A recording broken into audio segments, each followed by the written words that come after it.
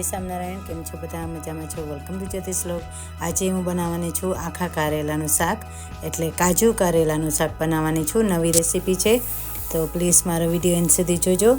ને મેં છે ને કાજુ છે ને ત્રીજા ભાગના 1 કપ હોય ને ત્રીજા ભાગના કાજુ લીધા, ને ચણાનો લોટ પણ ત્રીજા ભાગનો લીધો, એટલે કે 1 કપ હોય ને ત્રીજા ભાગનો લોટ લેવાનો, ચણાનો લોટ.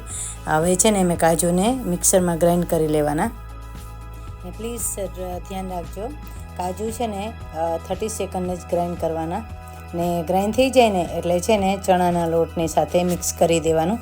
ને મિક્સ કરી ને બંનેને છે ને શેકી લેવાના, કાજુને ને ચણાના લોટને બંનેને શેકી લેવાના.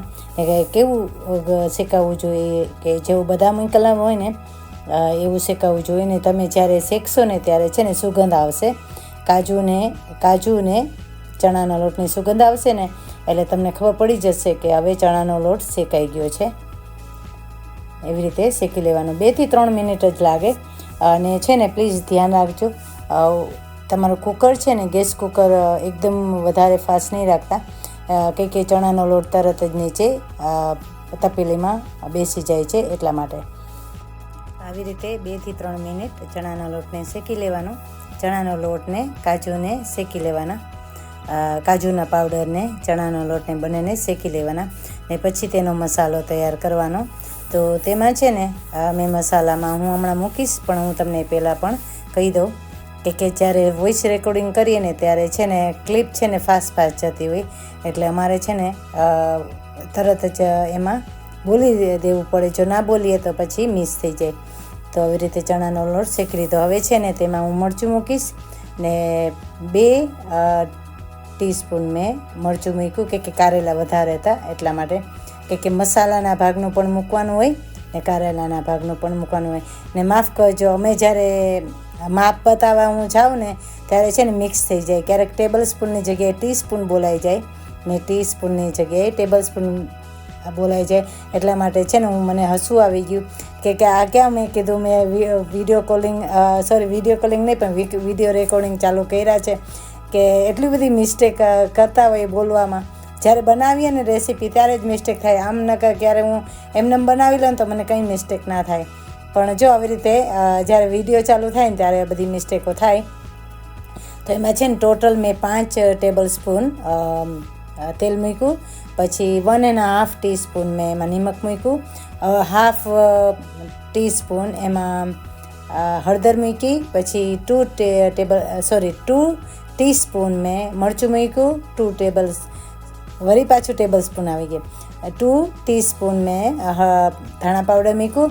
ને મારી પાસે છે ને ગરમ પાવડર પણ હતો, તો ગરમ પાવડર પણ મેં થોડો એમાં મૂક્યો.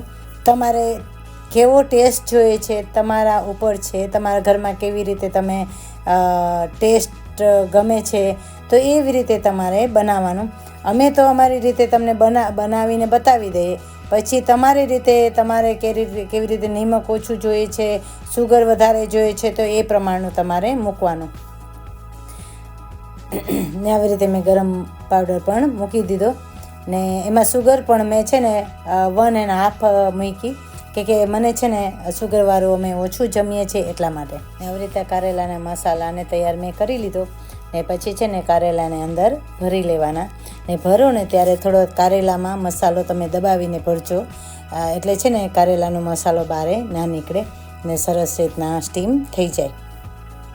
જો આવી રીતે હું કારેલા ભરી લઉં છું.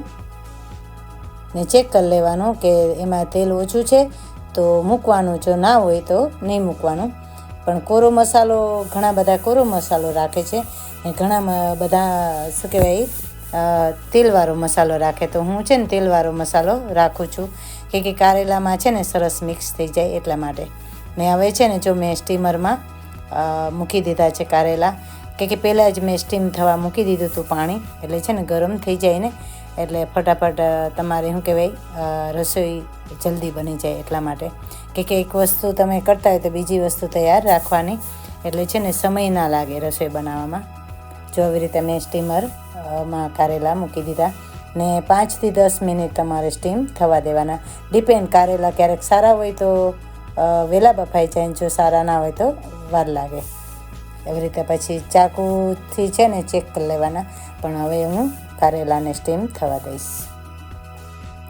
હવે છે ને સ્ટીમ થવા મૂકી દઈશ ને સાથે સાથે છે ને કાજુને પણ હું કટ કરી લઈશ કે કાજુ છે ને મૂકવાના છે વઘારમાં, એટલા માટે. તો સાથે સાથે કારેલા બફાઈને ત્યાં સુધીમાં કાજુ પણ હું કટિંગ કરી લઉં છું. ત્યાં સુધીમાં છે ને કાજુ કટિંગ થઈ ગયા ને પછી કારેલાને પણ મેં ચેક કરી લીધા. તો કારેલા સરસ બફાઈ ગયા છે ને હવે છે ને હું તેનો વઘાર કરીશ. જો મસ્તના કારેલા બફાઈ ગયા છે. તેની પહેલાં પણ મેં તમને છે ને કારેલાનું શાકની રેસીપી શેર કરી, પણ આ વખતે છે ને ડિફરન્ટ રીતના રેસીપી શેર કરું છું. જો મેં તેના માટે વઘાર કરવાનો છે કારેલાનો, તો તેના માટે છે ને 3 ટેબલ સ્પૂન મેં તેલ લઈ લીધું અને ગરમ થઈ જાય ને તેલ એટલે ચેક કરી લેવાનું. પહેલાં તો રાઈનો દાણો મૂકવાનો, ફૂટી જાય ને એટલે તમારે તેલ ગરમ થઈ ગયું છે એવી રીતે તેલ ચેક કરી લેવાનું. ને પછી છે ને એમાં મેં છે ને ધાણા પણ તૈયાર કરી લીધા ને કાજુ પણ તૈયાર કરી લીધા કે એમાં વઘારમાં મૂકવાના છે ને તલ મૂકવાની છું એટલા માટે. જો હવે છે ને તેલ થઈ જશે ને એટલે એમાં રાઈ મૂકી, જીરું મૂક્યું, પછી તમાલપત્ર મૂક્યું, લાલ મરચું મૂક્યું, તમાલપત્ર મૂક્યું, એમાં કાજુ મૂકી દેવાના ને ધાણા પણ મૂકી દેવાના ને જે આપણે તલ લીધા હતા ને તો તલ પણ મૂકી દેવાના અને ગેસને ધીરો કરી દેવાનો કે મારાથી છે ને ગેસ ફાસ્ટ રહી ગયો છે એટલા માટે. જો મેં એમાં આદું પણ મૂક્યું, મરચાં પણ મૂક્યા, કટકી મરચાં હતા જે ગ્રાઇન્ડ કરેલા તે. જો કાજુને છે ને આવી રીતે સતળાવી લેવાના ને સાથે સાથે છે ને તલ પણ મૂકી દેવાના ને પછી છે ને તરત જ એમાં ધાણા મૂકી દેવાના.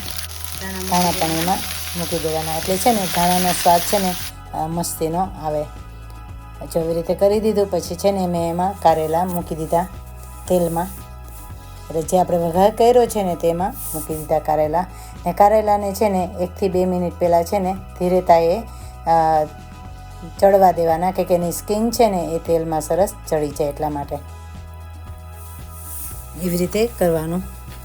ને બધાની છે ને ટેકનિક અલગ અલગ હોય. ઘણા બધા તેલ ઓછું ખાય તો તેલ ઓછું મૂકે છે, પણ કારેલાના શાકમાં અમે તેલ જોઈએ કે તેલ વિના શાક થાય નહીં કારેલાનું એટલા માટે. ને આવી રીતે મેં હલાવી લીધા ને પછી છે ને 1 થી 2 મિનિટ છે ને ખુલ્લું આવી રીતે રાખી દીધા ને પછી તમારે ઢાંકી ને એની ઉપર ઓજ મૂકીને 1 થી 2 મિનિટ રાખી મૂકવાનું ને પછી છે ને ઓજ મૂકી દેવાની.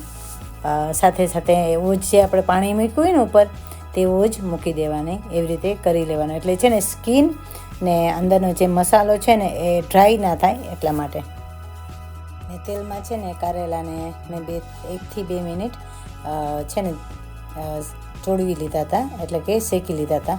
પછી છે ને છીબું ઢાંકીને 1 મિનિટ રહેવા દીધા ને પછી ફરીથી છીબું ઢાંકી ને એમાં છે ને ઉપર મેં ઓજ મૂકી હતી એટલે કે પાણી મૂક્યું હતું. પાણી મૂકી ને 1 થી 2 મિનિટ રહેવા દેવાનું એટલે ઓજથી છે ને તમારા કારેલાનો મસાલો નીચેનો હોય ને એ છે ને ડ્રાય ના થાય એટલા માટે.